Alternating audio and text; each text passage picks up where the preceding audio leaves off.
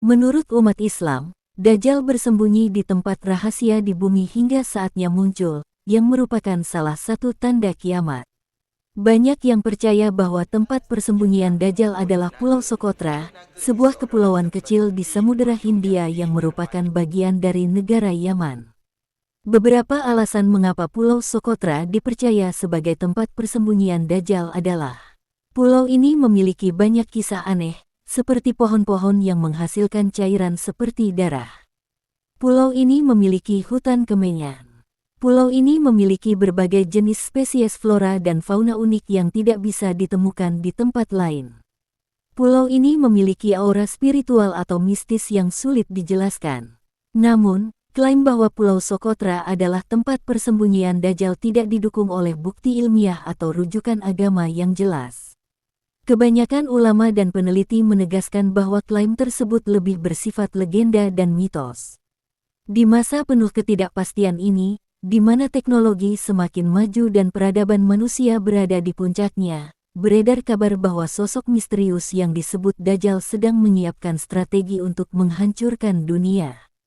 Selama berabad-abad, umat Islam telah memperingatkan satu sama lain tentang kedatangan makhluk ini, sosok yang digambarkan sebagai penipu dan pembawa kehancuran. Dajjal dikisahkan sebagai sosok dengan fisik yang menakutkan dan tanda kebutaan pada salah satu matanya, menyiratkan ketidakseimbangan dalam jiwanya. Namun, kekuatan sesungguhnya bukan pada wujud fisiknya, melainkan pada tipu daya yang mengelabui hati manusia.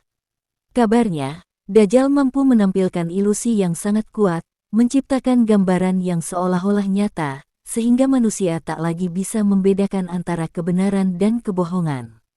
Dajjal dikabarkan telah menghabiskan waktu berabad-abad menyusun rencana, memperkuat pengaruhnya di antara mereka yang tergoda oleh kekuasaan dan harta.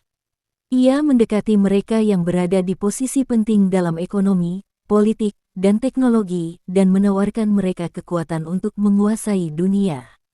Dengan janji-janji palsu, ia menarik mereka ke dalam jaringannya, menjadikan mereka alat untuk mewujudkan tujuannya.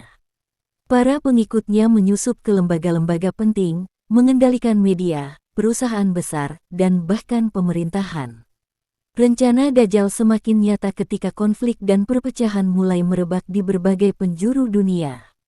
Ia menggunakan kelemahan-kelemahan manusia seperti keserakahan, kebencian, dan ketakutan untuk mempercepat kehancuran.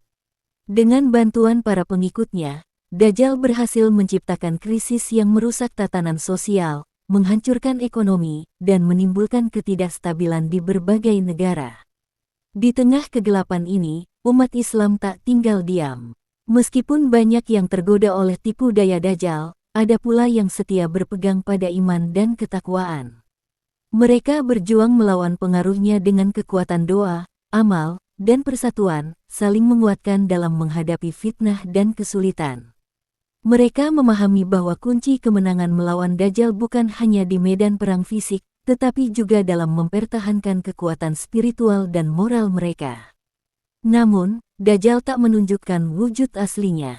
Ia tetap bersembunyi, membiarkan orang-orang bertanya-tanya dan ketakutan akan kehadirannya. Di balik layar, ia terus mengatur rencana untuk menghancurkan peradaban, menyebarkan ilusi demi ilusi untuk memperdaya manusia. Hanya mereka yang berhati bersih dan beriman kuat yang mampu melihat tipu dayanya dan bertahan dari godaannya.